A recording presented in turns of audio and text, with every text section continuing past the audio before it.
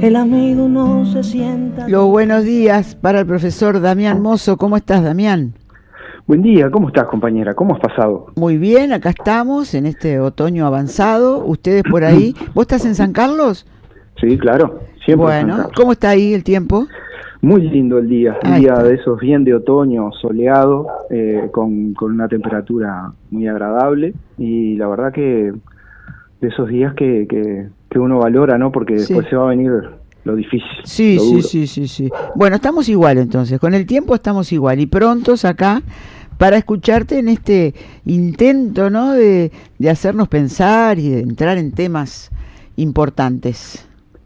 Bueno, la presentación capaz que es un poco exagerada, pero Pero muchas es la gracias intención, igual. ¿no? ¿La intención no es esa? La intención es esa, Ahí no sé está. si lo lograremos, Ah, eso se bueno. verá después y eso será materia de juzgamiento por parte de aquellos que le presten el oído un ratito a esta audición. ¿Estás con el compañero Emiliano ahí? Estamos acá, Damián, buen día. ¿Cómo estás, Emiliano, querido? Todo bien, el gusto de escucharte.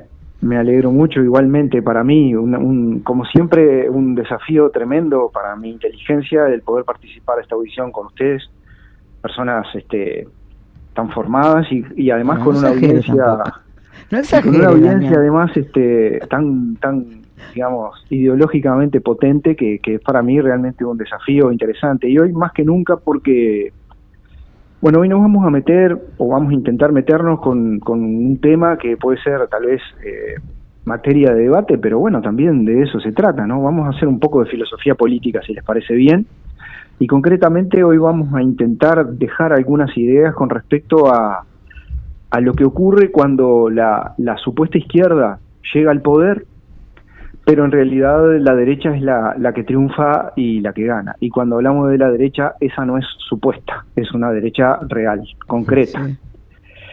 Sí. Todo esto vamos a intentar trabajarlo desde el contexto de nuestra querida y sufrida América Latina. Así que bueno, quedamos abiertos a todos los comentarios por parte de ustedes y de los oyentes, para todos los aportes y para todas las críticas que quieran hacer llegar y veremos qué es lo que termina ocurriendo con esto.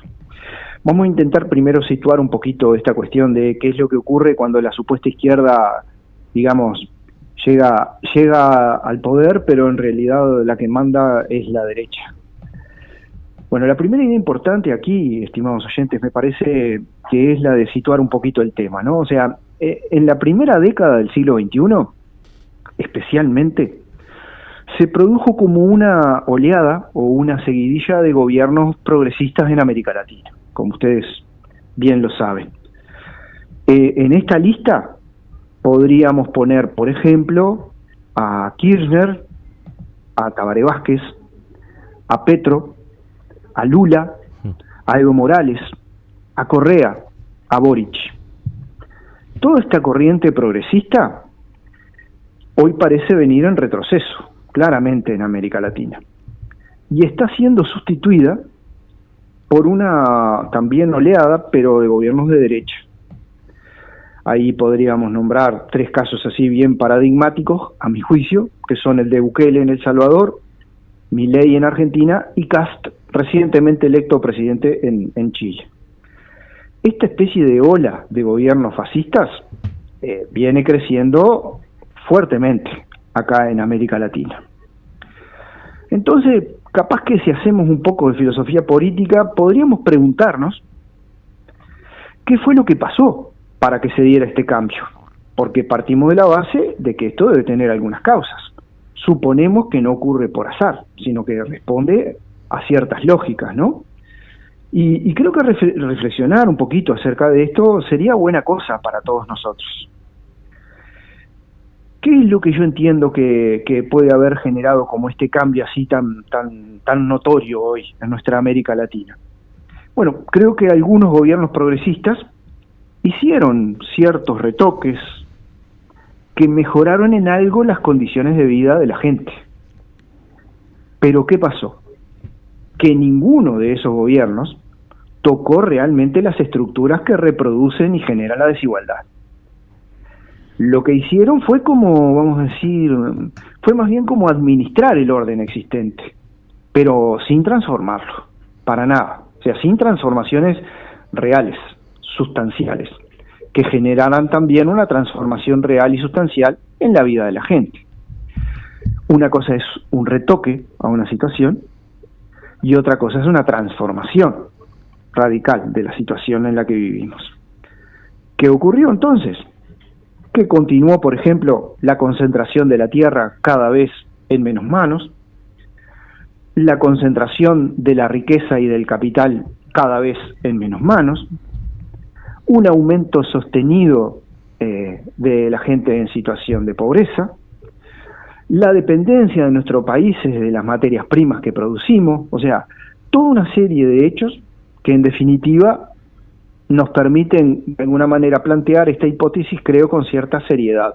No hubo en esos gobiernos progresistas transformaciones sustanciales. Entonces, ¿qué ocurrió?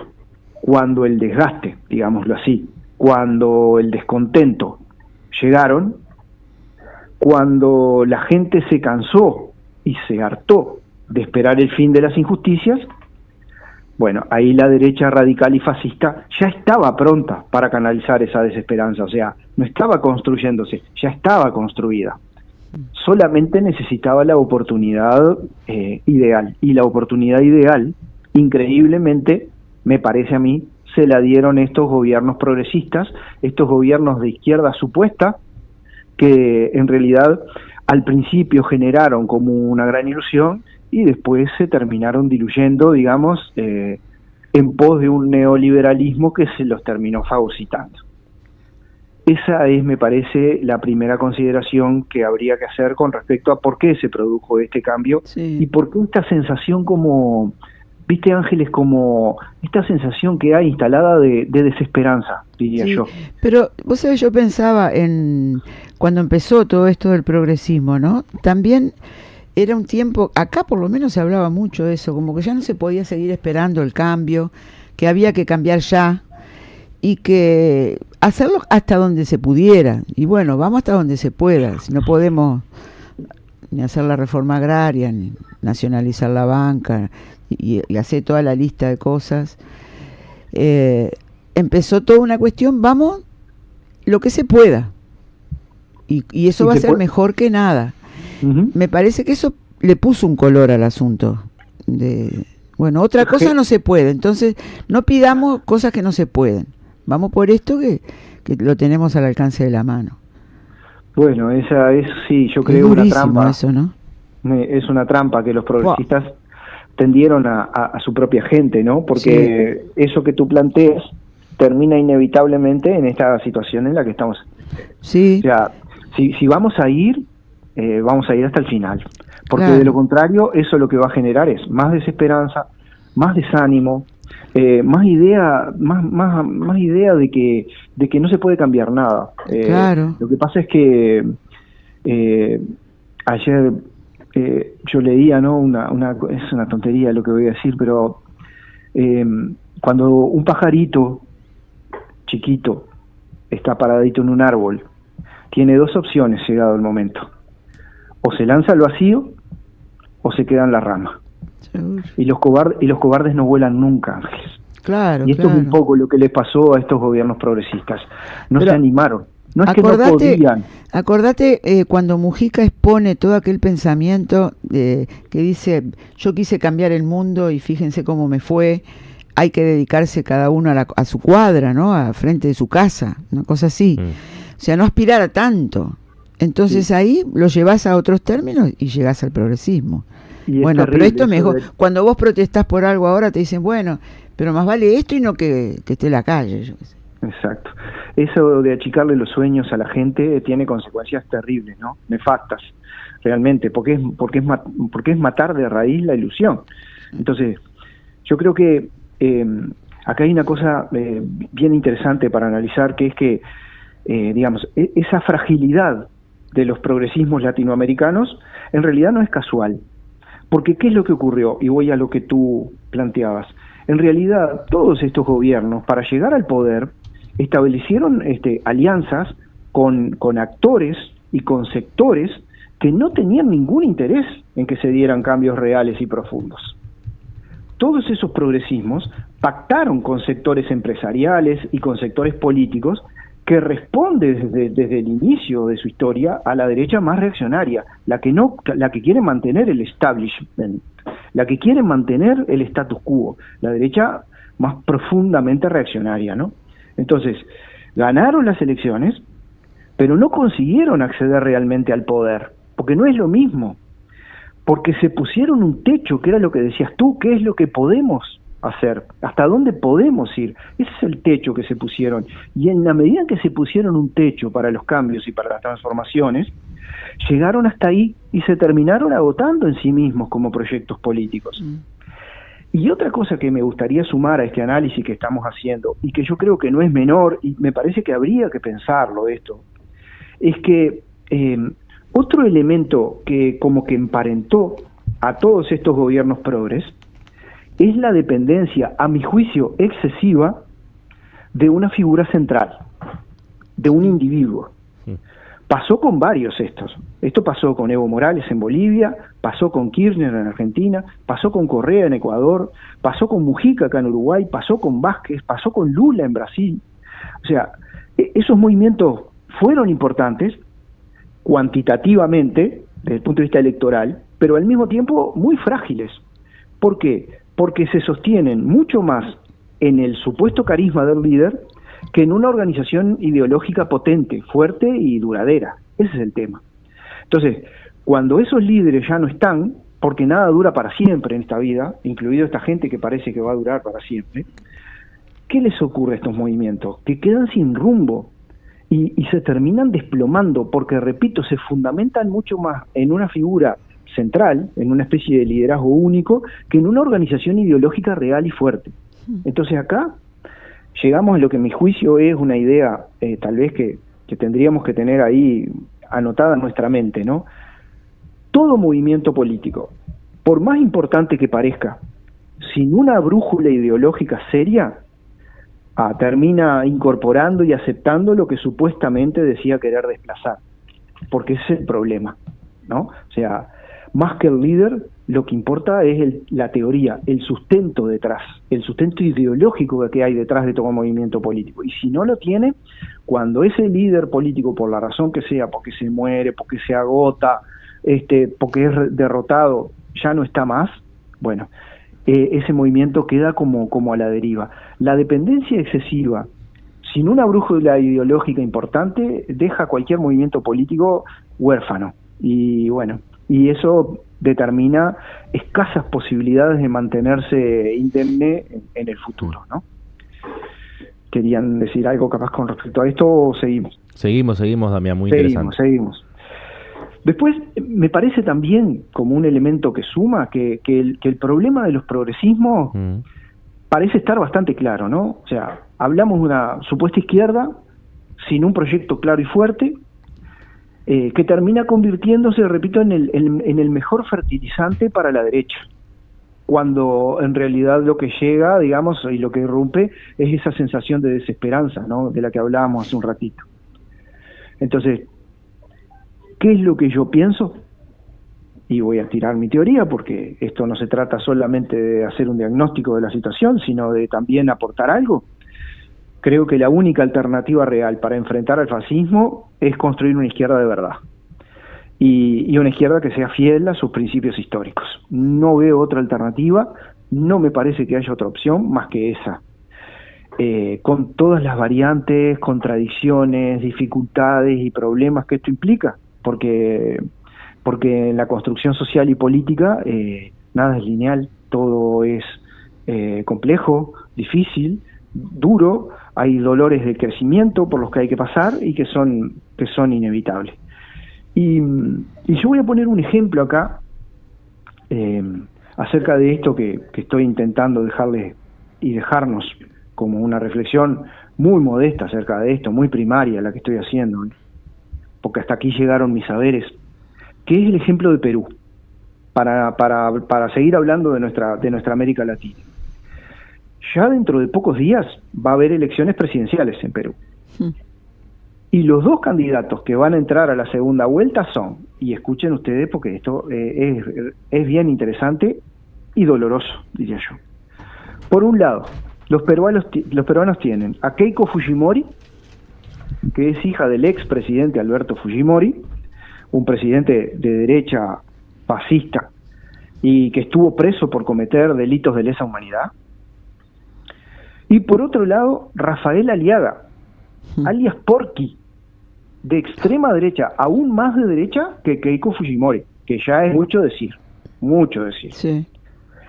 Keiko Fujimori, como decíamos recién, hija del líder autoritario Alberto Fujimori, miren ustedes, quiere sumar a Perú a la ola de gobiernos de derecha de América Latina, acercarse a Estados Unidos, claramente, y reinstaurar jueces sin rostro, como hizo su padre, para supuestamente combatir el crimen, que instalaba una especie de cortes de jueces con la cara tapada que no sabía ni quiénes eran.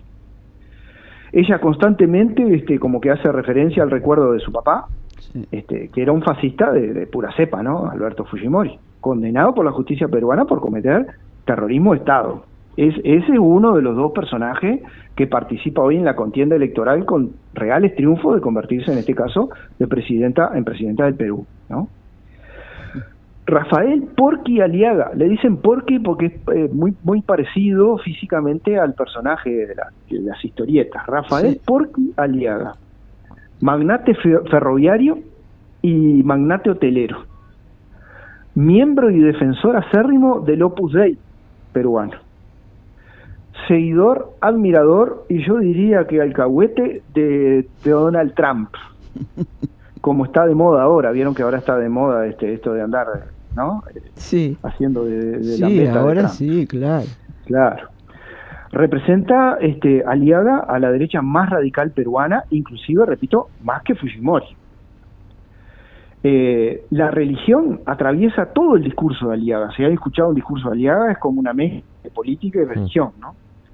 Él asegura y está convencido de que participa en política por amor a Dios, así lo dice él, se opone al aborto y él mismo dice que practica el celibato, que eso, bueno, en fin, como todos los que dicen practicar el celibato, parece a veces más una cuestión propagandística que real, pero en fin.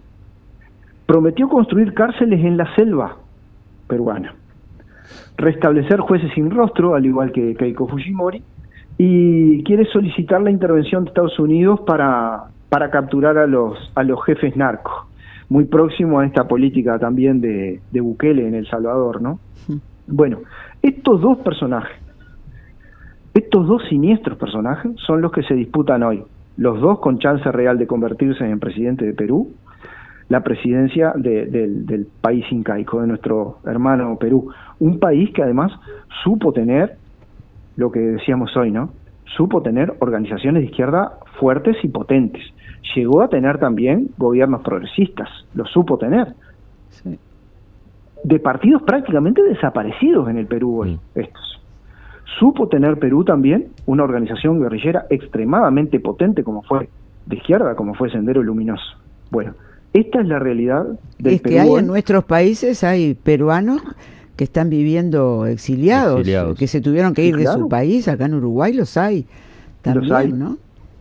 Bueno, esta es la realidad de Perú, para poner un ejemplo, digamos, compañeros, de la evolución o involución, tal vez, de los países latinoamericanos en materia política, y de cómo, cuando el progresismo llega al poder y no logra canalizar y no logra traducir en realidades esas expectativas y sueños que la gente pone en estas organizaciones, lo que viene después es una sucesión de gobiernos por momentos progresistas, por momentos reaccionarios y fascistas, que en realidad lo que hacen es, repito, como administrar el orden existente. Pero ninguno de los dos, por supuesto la derecha nunca lo va a hacer, por definición, ¿no? Pero uno esperaría que supuestamente los progresistas, como decía Ángeles hoy, trajeran algunos cambios en las condiciones de vida de la gente. Y nosotros no escapamos a esta realidad, ¿no? Como nación y como país, lo hemos visto, lo hemos vivido, y creo que lamentablemente por un tiempo lo seguiremos viviendo, sí, salvo que podamos construir nosotros una organización política de izquierda real, una organización de izquierda moralmente limpia, además, que no es menor, en la que la gente pueda depositar realmente sus esperanzas y su fe de construir una sociedad distinta, mejor, mucho más justa, pero sin transar y sin pactar justamente con esos sectores de poder que te van a hacer el vacío, que te van a destruir ideológicamente y que te van a terminar absorbiendo dentro de este neoliberalismo que parece ser una jungla salvaje, ¿no? Y queda todo el fenómeno Bukele, que es todo un tema para analizar, pero que uno ha escuchado en todo este tiempo, gente que se autodefine como de izquierda y le parece bien lo que hace Bukele, ¿no? Y la derecha obviamente que también. Pero daría para otra cosa más, capaz que un día se puede tomar con más tiempo. Acá nos pasa Hugo, que llamó Julio de Malvin para decir: progresismo y ultraderecha es una falsa oposición mediática electoral. Se turnan en el poder, se mantiene la misma situación social, no cambia nada, dice Julio. Bueno, creo que Julio tiene razón. Sí. Creo que el oyente hace una observación clara y certera de la realidad. De hecho, si uno analiza, y me meto aquí por un segundo en nuestro país, a un año y pico de la asunción de un gobierno progresista, los datos sobre la pobreza se mantienen absolutamente inalterados, pero no lo digo yo, lo dicen los datos que el propio gobierno saca a luz.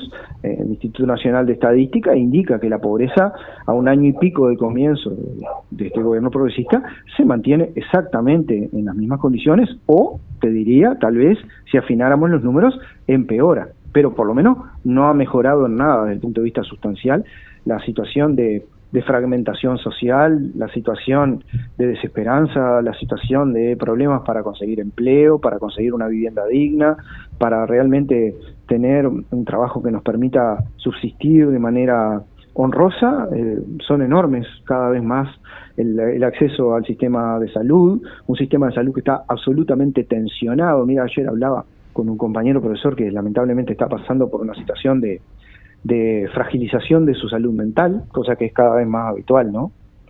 Me decía, o sea, fue al médico en una mutualista privada, o sea, el individuo le están descontando para eso, ¿no?